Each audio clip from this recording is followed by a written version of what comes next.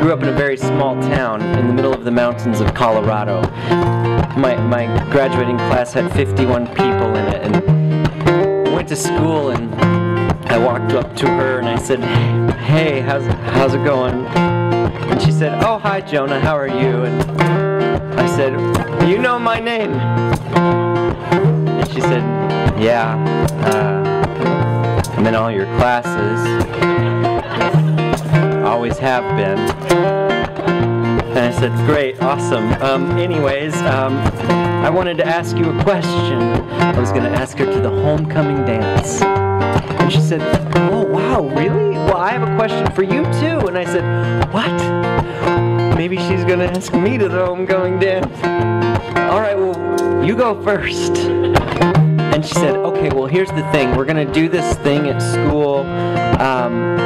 This year we're going to make a float during halftime of the homecoming football game, and every class is going to parade around a float, and then the crowd is going to cheer, and based on how loud the crowd cheers, then that class wins, and I'm in charge of the float, and I thought we'd do something creative this year, so I thought we could make a big papier-mâché whale, and then I thought about you. Have you ever heard the story of Jonah and the whale?" And I said, "No. No, I've never heard that one. I've never had old men come up to me and say, 'Hey, son, how's the whale?' Or old men that didn't know anything about their Bible, 'How's the ark?'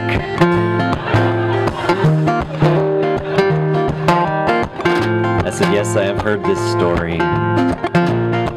She said, "Well, I thought it'd be ironic and cute if you kind of maybe got inside of the whale's mouth and waved at everyone as we passed by." And I said, "Oh, okay, I guess I would do that for you." She said, "Wow, thank you. What did you want to ask me?" And I said, just about the whole whale situation. So we're good." And I went home and I was brokenhearted. I remember my mom waiting for me at the door like moms do. And I open up the front door and she says, "Hey honey, how'd it go?" And I said, "You're the devil." And I ran away and I went to my room and I decided I was giving up on love forever. I was going to focus on my collection of various Star Wars figurines from now on. In a galaxy far, far away there was a girl, and she picked over my curtain.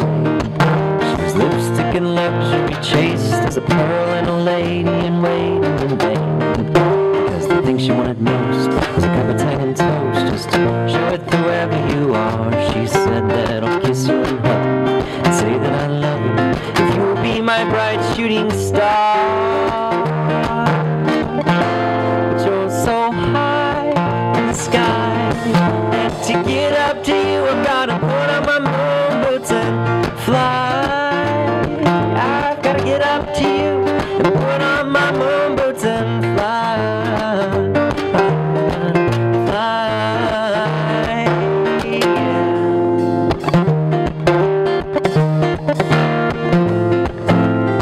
The years went by and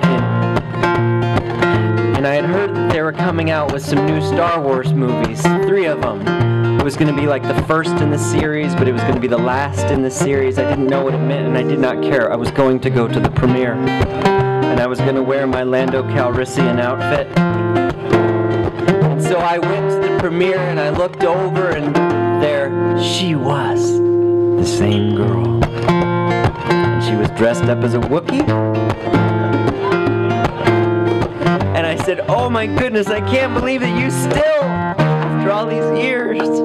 And she said, "Oh, hey, I can't believe that you still." I mean, I kind of figured probably, "Hey, would you maybe want to sit by me? I'm here by myself. I'm a little embarrassed." I said, "Oh, I would love to." And I sat by her and I didn't even care about the movie. All I cared about were her furry little Chewbacca hands. So after a while, I pulled the move that I had learned on TV's hit show Growing Pains. from Kirk Cameron, where he was in the movie theater and he crossed his arms like this and stuck out these two fingers and nudged her shoulder a little bit, and pretty soon she got the hint and stuck these two fingers out, and pretty soon they were holding fingertips.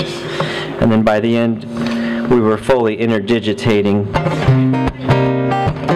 It was beautiful. And the movie ended and we went outside and she said, "This was a wonderful, lovely night, thank you."